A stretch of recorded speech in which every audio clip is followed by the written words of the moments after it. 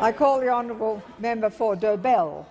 Thank you, Madam Speaker. My question is to the Minister for Small Business. I refer the Minister to this article published on the 7th of August in the Daily Telegraph that mentions with the impact of the cost of electricity doubling and freight costs spiralling and other costs of business increasing, it is not surprising more businesses had shut their doors in Dobell than anywhere else in the state. Will the Minister inform the House what the government is doing to support the almost 9,000 small businesses operating in Dobell? I call the honourable the Minister for Small Business. Thank you very much, Madam Speaker, and I'd like to thank the member for Dobell for her first question after a magnificent first speech. What a terrific first speech.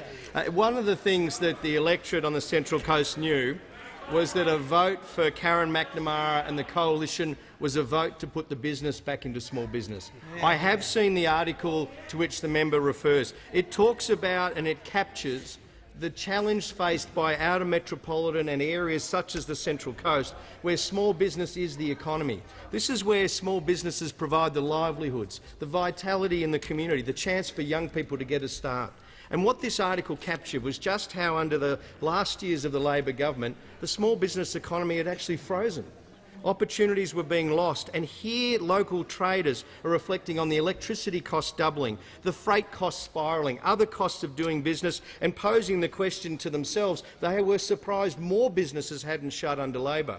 So at the election there was a choice for the people of Dobell to have more of the same, that's seen 412,000 jobs lost in small business under Labor, to see at the end of Labor 3,000 fewer small businesses employing people than was the case when Labor was first elected. They had a choice whether they wanted to stop the decline in the employment provided by the small business sector. 53% of all the employment in the private sector workforce when Labor was elected was provided by a small business. By the time they'd left, it went down to 43%. So there was a choice, and what I'm pleased to say is in vast numbers the people of the Central Coast said it was time for a change to put the business back into small business. There was that comprehensive small business plan, some of which Labor had voted against twice. Remember ending the pay clerk for the paid parental leave? Remember that? Labor had voted against it twice. They argued it was a devastating blow, but in a thought bubble trying to come up with some small business policy, they tried to pinch the coalition's policy. And they came in here yesterday arguing, oh, we should go and change the very policy that they defended for 6 years. There is one other key area, and this article connects with the real life of small business. The carbon tax has been absolutely punishing for small business. Not only under Labor are they wanting to keep the tax, but to see it go up and up. It is proposed under Labor's strategies to see it extended to freight costs, the very concerns that were raised in this article.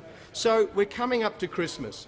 The opposition leader has a choice. Does he want to deliver a $550 Christmas benefit per year for Australian households and help restore consumer confidence? He can do that by axing the carbon tax. Does he want to help the small business community of Dobell? He can axe the carbon tax. The message from small businesses across Australia is, Bill Shorten, axe the carbon tax.